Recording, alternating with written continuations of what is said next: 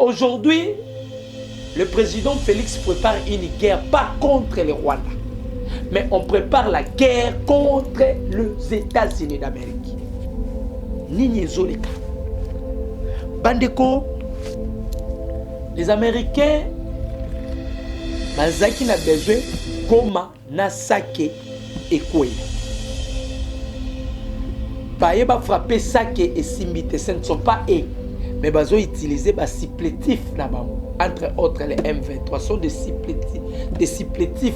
Il y a des Américains. Les AFC, les RDF, les UPDF. Il y a Sake et Simbite. Il y a côté à Kibumba et Simbite. Il y a côté à Minova et Simbite. Ils se sont décidés d'embrayer le président Félix avec la trêve humanitaire. Il y a une trêve humanitaire pour faire endormir le président Félix. Mais de l'autre côté, on préparait Makambu pour Paul Kagame. Le président Félix a une délégation à Mali, à Burkina, à Niger. On est informé, Dadi Saleh qui l'a révélé. Alors, le président Félix prépare la guerre. Pour modèle où on déployer des chars. On déploie des chars. On déploie des blindés. Donc on déploie des chars, des blindés. Dadi Saleh dit que tu sais qu'il prépare un coup.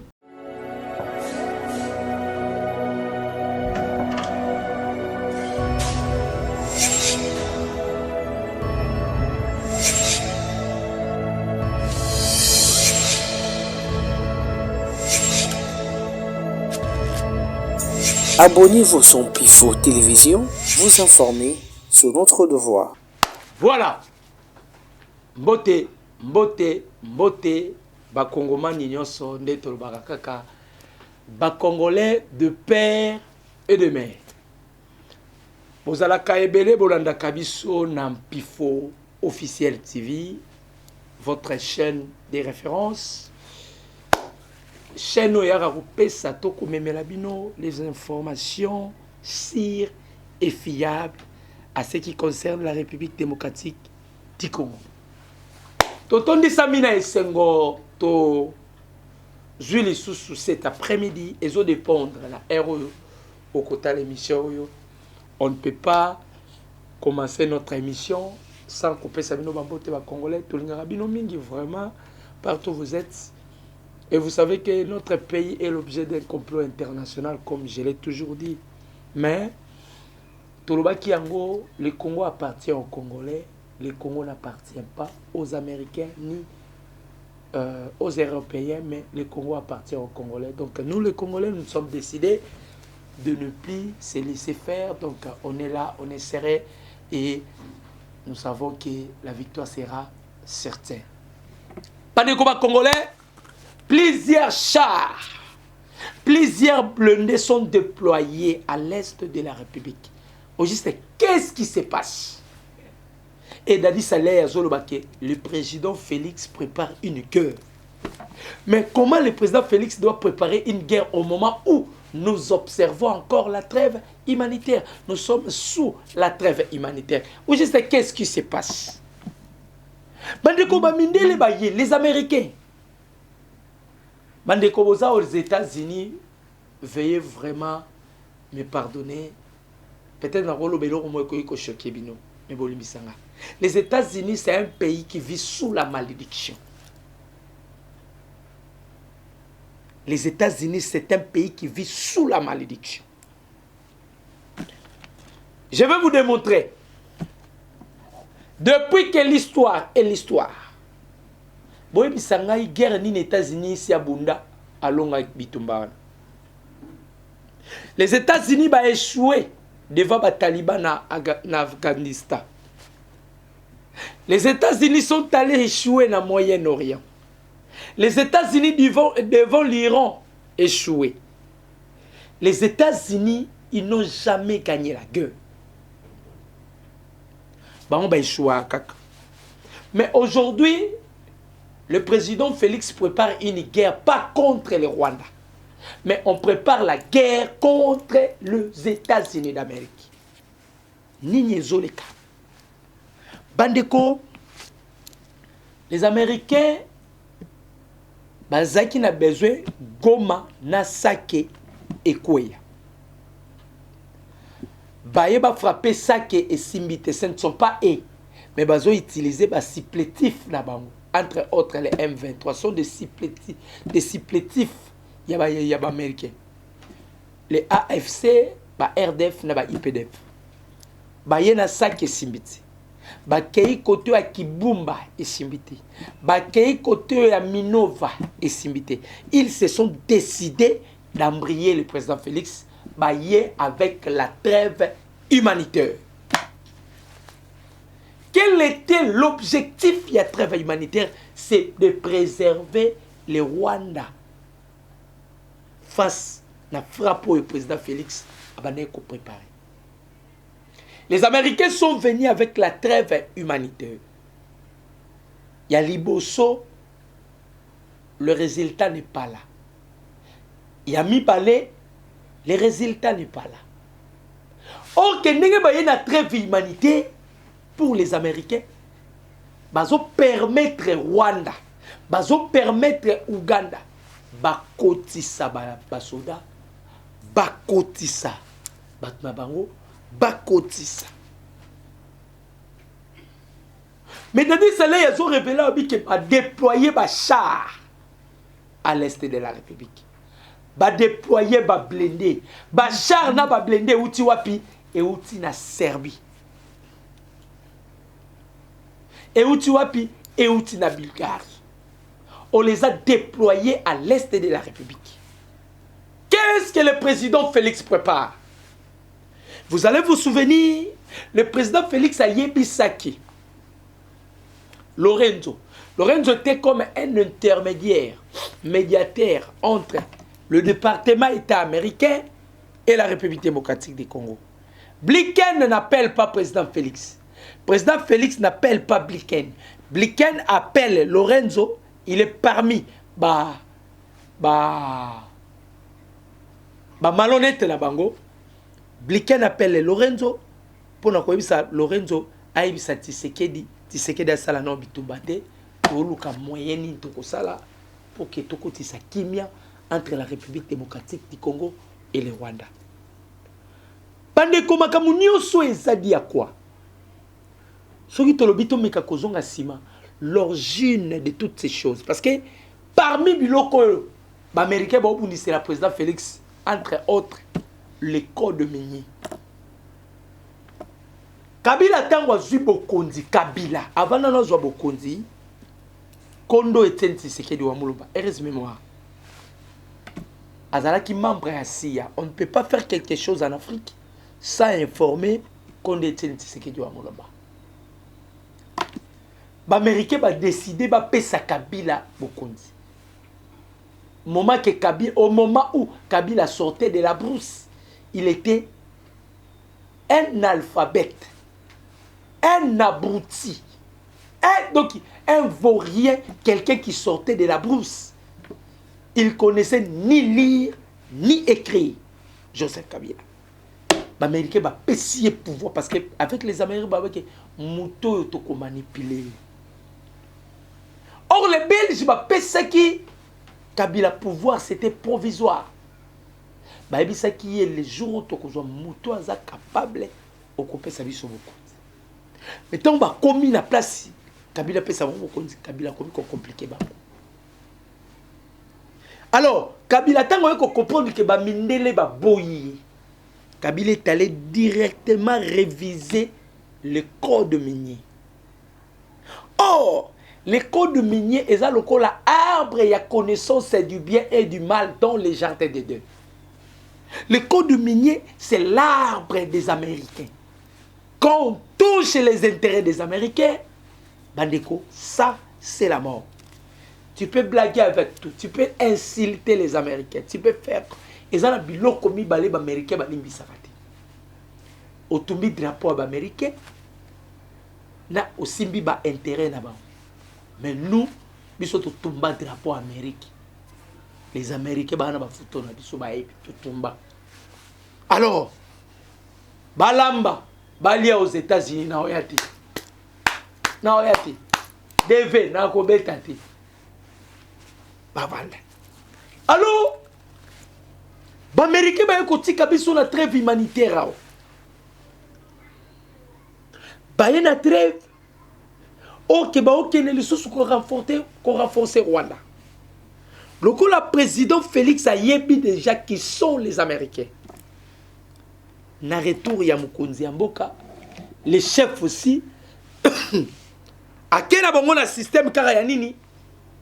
Ya mayele na bango ya ba trêve na bango baye nango. Baye na trêve humanitaire pour faire endormir le président Félix. Mais de l'autre côté, on préparait Makambu pour la Paul Kagame. Le président Félix a tenu délégation à Mali, à Burkina, à Niger. Ah, on est toujours informé, Dadi Saleh qui l'a révélé. Alors, le président Félix prépare la guerre. Pour modèle où on déployer des chars. On déploie des chars. On déploie des blindés. Donc, on déployer na char, na blindé. Dadi Saleh dit que tu sais qu'il prépare un coup. Le chef Fasuka Kiwanate a outil continue la deuxième personnalité armée congolaise. Après Christian Chiwewe, c'est le général Jack Ndouya. A Tindie le 11 juillet, le général a Kozonga le 23 juillet. Et le général est allé dans les lignes de front. À Koutani, avec les FARDC, à Sololina, ba officier. À Ibisi Bango, tozana option moko. Jusqu'au sens suprême, nous devons récupérer tous les territoires occupés ou assujettis par nos envahisseurs. Et Bazo révélé Nadadi, ça y est, la façon dont l'armée congolaise se prépare à l'est de la République, Bazo c'est la Ingo. Voilà pourquoi Naouti Koye Bisabino la titre dans lobby pied de blindés et de chars déployés à l'est de la République démocratique du Congo. Le président Félix prépare la queue. Et ça blaguité. Les Américains croient que Baza peut faire endormir le président de la République, Félix Antoine Tshisekedi Tshilombo. Or, le président Félix Inda Zole Kisabango temps. Tous ceux qui ont dans solo, le jour où le chef de l'État était allé na France, quand le chef de l'État est allé en France, après avoir constaté ça, briefing avec Emmanuel Macron, parce que c'était un débat contradictoire, on parlait sur la situation toujours en République démocratique du Congo. Le président Félix, tout en étant joyeux, quand Oizo bima la salle, il y avait un journaliste panafricain à tout le président Félix ma question. Alors le président Félix, yo yebi bien que Paul Kagame Azali, l'ami intime d'Emmanuel Macron. Et tu connais bien que la France est parmi les amis fidèles de Rwanda. Au lieu de traiter ton problème, au sala lokola ba président, président africain, entre autres le président burkinabé, le président malien, ainsi que le président niger. Au lieu d'exposer les sous Maramambo en France, vous savez quelle était la réponse du président Félix? Le président Félix a séqué. ABC journaliste wana. Un singe ne peut jamais imiter un singe. Et lion a connu qu'on imité peut singe. Le président Félix a qu'un plus loin à Bissandeko wana. Makambo zoleka entre ngai na mindele. Et ça, jet de dames autozobeta. Le jet de dames autozobeta. j'ai dedans mon tozobeta. Je serai le vainqueur. Je sortirai le vainqueur. Là, c'était le président Félix. Habito obeta le quoi Adam. Mais bitumo on gagne na obima molongi.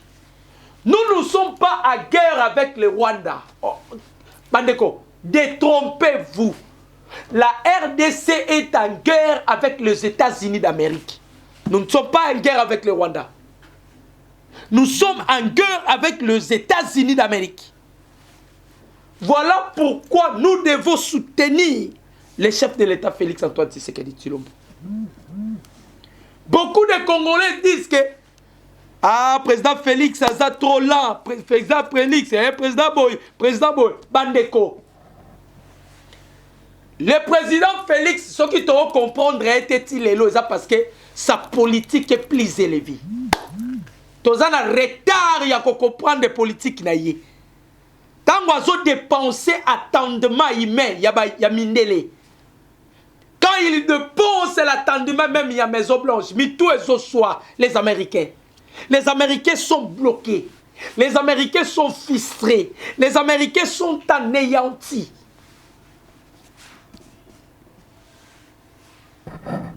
Tobeta Katolo pour la Joseph Kabila. Vous savez, un jour, Joseph Kabila, devant les deux chambres, dans le Congrès, chambre basse et chambre haute, le président Joseph Kabila, je m'excuse, j'ai la tour, veuillez m'excuser, papa et maman, abonné à Bisso Direct, il y a un pifo officiel TV. En tout cas, j'ai la tour, veuillez comprendre mon état de santé. Devant les deux chambres, Joseph Kabila a sali discours, et je parie que Jouana Kabila Melaki Bangi tellement ébélé. A sali discours, Kabila Lobi, je ne peux jamais vous dire au revoir. Mais je vous dis à bientôt.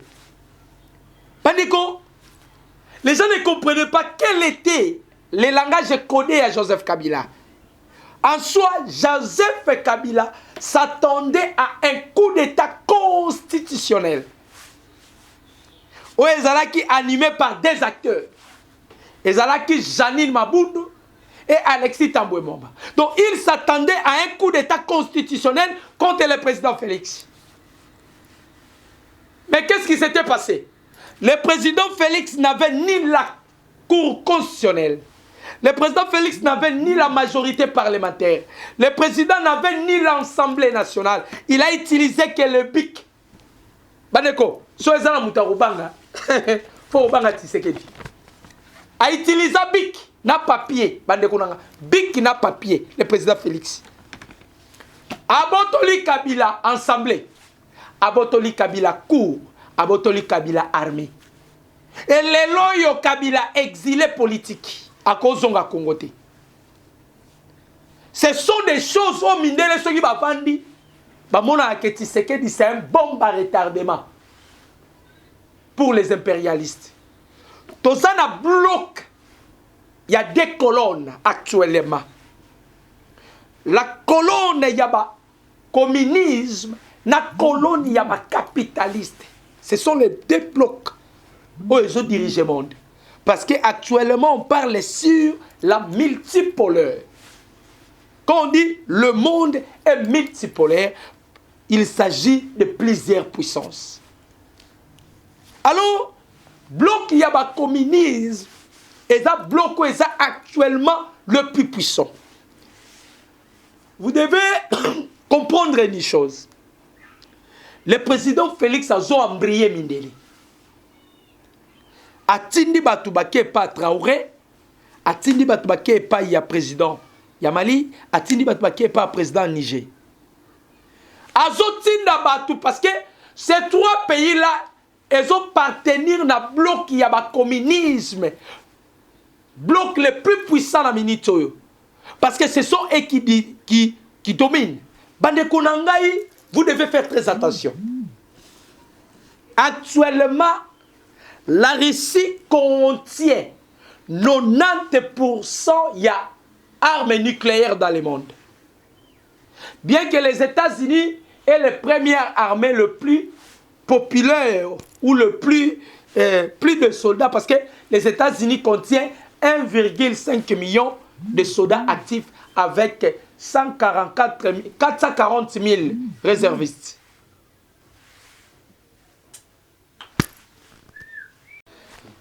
Les États-Unis contiennent 1,5 million de soldats actifs et 440 000 réservistes.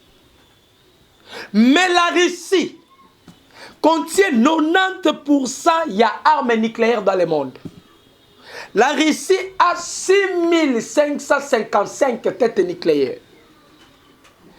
Bombe yab américain Hiroshima, vous connaissez l'histoire.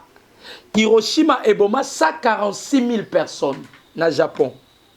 Hiroshima et Boma, 146 000 personnes au Japon. La puissance de Hiroshima est à 15 kilotonnes. Maintenant, tête nucléaire moko ya riche. Et a la puissance il y a 1000 kilotonnes. Puissance il y a 1000 kilotonnes. Azobimisa 4 substances. Boule de feu, onde de choc et de radiation. Bandeko, vous allez comprendre que la Russie a une puissance que vous ne pouvez pas imaginer. Puissance que vous ne pouvez pas. Maintenant, la Russie a fait un sali bloc. Voilà pourquoi le président Félix a délégué Batou. Atindi Batumsu na Mali, Atindi Batumsu na Niger, Atindi Batumsu na Burkina. Et na Lobakango mais deux fois. Aucune armée sur cette terre est puissante dans le monde. Armée mon côté est puissante dans le monde sans ses alliés. Pour qu'une armée soit puissante, cette armée doit être accompagnée avec ses alliés. C'est ça. L'armée doit être accompagnée avec ses alliés. Maintenant, le président Tangwatindi Batou, ici les Américains nous font endormir qu'il y a trêve humanitaire. Le président Azui a délégué Batou. Maintenant, qu'est-ce qui se passe? Moukonzamboka, malgré qu'il y a trêve humanitaire, mais le chef de l'État Azui a outi kotinda na minito, a outi kotinda général Jacques Atindie Wapi, Atindie na ligne de front. Et le général Jacques doit faire quoi? Le général Jacques a accueilli pour que Ayeba Kolandela tactique ya makamundenge nini ezo salama à l'est de la République démocratique du Congo. Pandeko, awa tozoye bisabiso, on a encore ravitaillé l'effectif ya Bawazalendo. Yango Dadi Sayer Tshisekedi, il prépare la guerre. Bato peut perdre Bautole là, Francine Mouyumba. Alobi, baninga basala la diplomatie pour acquérir la paix, mais il y a aussi la diplomatie pour la guerre. Toloba Kiango, Mabena Muto Akobanda. Vous avez voulu la guerre. Le président Ayebissa américain, Lorenzo, Abi Lorenzo, il faut Yebissa Bliken. J'ai deux options sur la table. La première option, ou la première, c'est l'option de guerre. Le deuxième, c'est la diplomatie. Moi, si la diplomatie, la ligne. Mais avant que la diplomatie est acquis, il faut que Paul Kagame azoba troupe naye abimisa. Ceux qui sont rwandais basés dans le sol congolaise, on ne pourra pas négocier. Et le Kagame fait encore une grosse erreur. Peut-être ce sont les Américains de Batina qui est. Kagame est allé accepter à Kota la feuille de route ya Luanda. Côté tu comprendre que même Yuri Museveni asimi mutobi Kagame ozazoba. Kagame ozazoba. Pourquoi tu as permis ya Kokota na Elokwana? Pande Konangai ba Congolais. N'est tozoe bisabatu. La première des choses, vous devez savoir une chose. Si notre guerre, ou si la guerre que nous avons avec le Rwanda, toza d'abord m'avantager, c'est par rapport à bato balobaka likambo ya mabele. Problème eza likambo ya mabele. Et l'autre liboso, ce que vous devez retenir, c'est ça. Eza likambo ya mabele. C'est-à-dire notre cause est tellement juste, tellement cause la biso est juste. Nous allons vaincre ces combats. Nous allons vaincre ces combats. Parce que notre cause est juste. Nous allons vaincre ces combats. Nous allons vaincre ces combats. Les causes est juste. Bango bamoni ba oko sabiso. Mais le président Félix Anakati a préparé. Les chefs préparent dans la tranquillité et dans le silence. Ni murmure, ni makelele. On prépare à conséquence. Au cas où les Américains osent, on doit frapper. On va frapper le Rwanda à tel point. Dadi Saleh Lubi, Tshisekedi, il a azana tactique. Il est fort dans la mathématique de guerre. C'est-à-dire, tozo salada la tranquillité, le déploiement de salama. Na kimia nyoso, on a déployé des chars, on a déployé de blindés, tout déployé. Au cas où la trêve humanitaire est boitée, bandeko.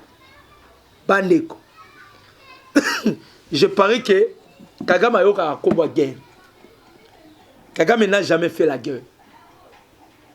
Bandeko, il faut qu'on se dise la vérité. Kagame a eu un combat de guerre. Mais Kagame n'a jamais vu la guerre.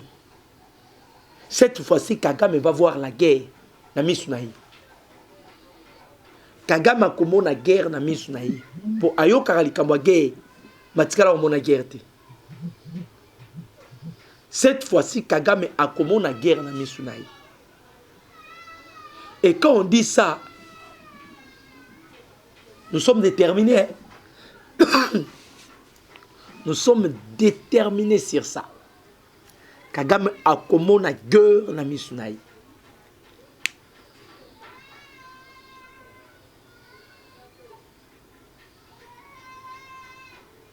Aimez notre vidéo, commentez et partagez les liens.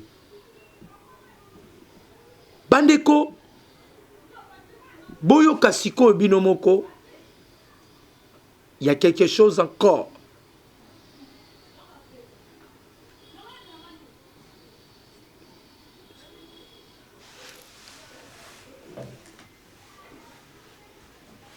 Bandeko ba Congolais,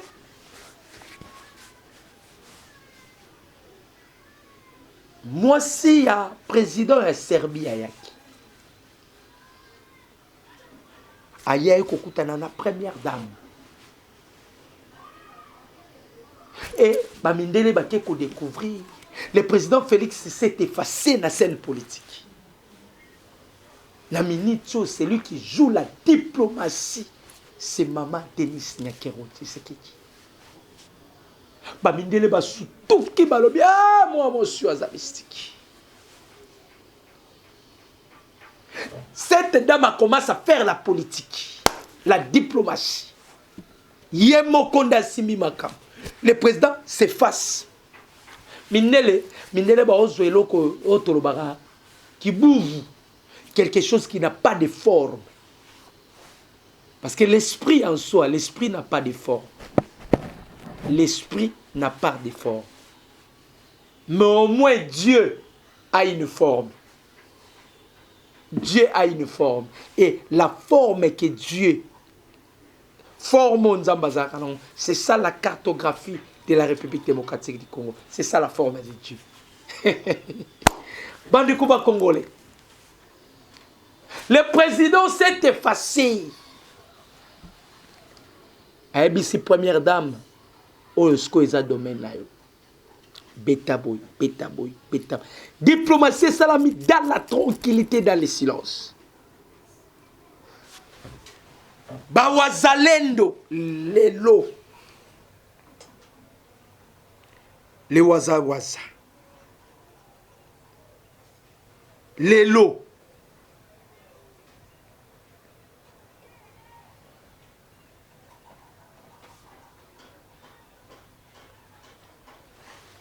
oh bozomono yo le wazawaza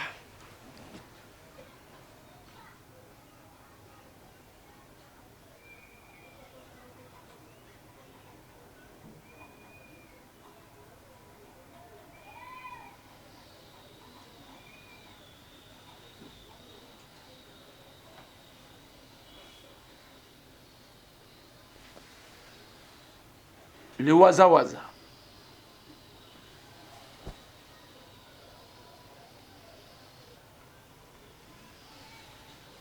omoni moto oyo tozo expliquer bino moto oyo bomona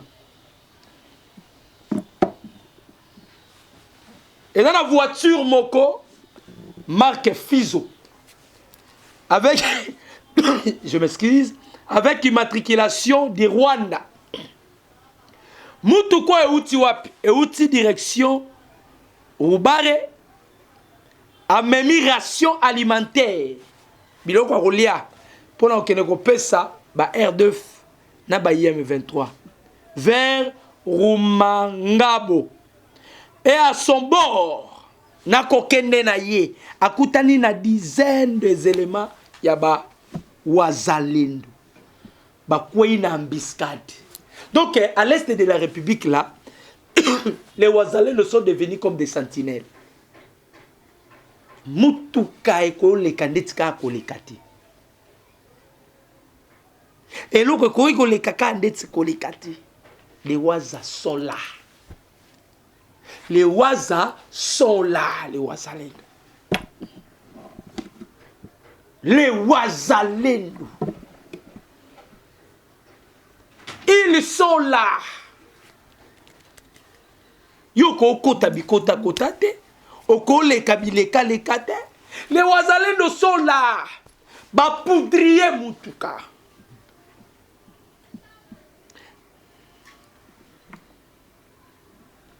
Balobi boye ba Ouazalendo. Nous n'avons aucune dette de l'Union européenne. Nous ne mangeons rien chez eux. Et nous n'avons pas besoin d'aller vivre dans leur pays. Polluer. Ils n'ont qu'à sanctionner leur père et leur mère. Nous allons sanctionner l'Union européenne en liquidant ces malionnettes M23, RDF, UPDF, AFC. Vous savez que le Conseil de sécurité de la Nations Unies va sanctionner les troupes rebelles en République démocratique du Congo, y compris les Ouazalendo. Et je vous dirai pourquoi ils ont sanctionné les Ouazalendo. Pesaka Kagame mission. Même si Kagame a besoin de Gome Koya, Sake Koya, to affixer le président Félix, asphyxier le président Félix pour qu'il y ait un dialogue. Kagame a dit si vous pouvez me donner les moyens possibles pour que tout ça là est local. Les Américains va pessimbongo. Kagame croyait que l'armée congolaise et la armée congolaise ya kala, ya époque ya Kabila, Hippolyte Kaname. Bandeko. Kagame mekasaki et simbati. Kanyabayonga soki bazu parce que les Américains ils ont utilisé le brouillage électronique.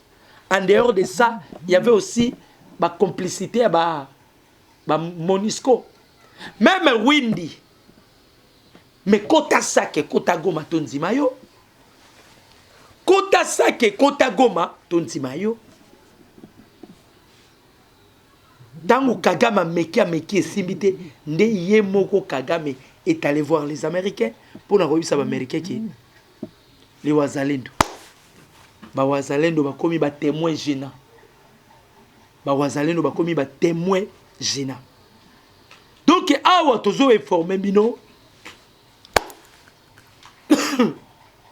le président Félix prépare la guerre avec les États-Unis d'Amérique. tout le monde a Rwanda, tout le monde a Uganda.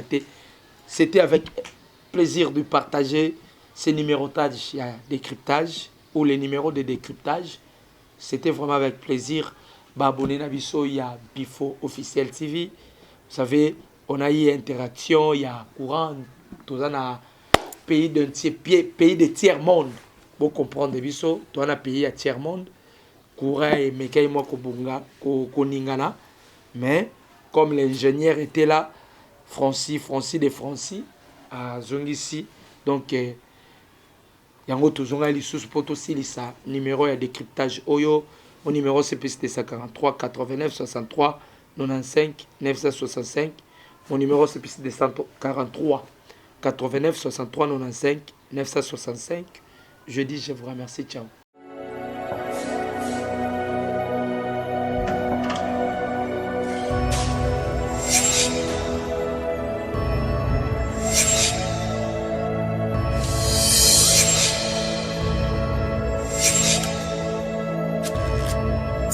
Abonnez-vous sur Pifo Télévision, vous informer sur notre devoir.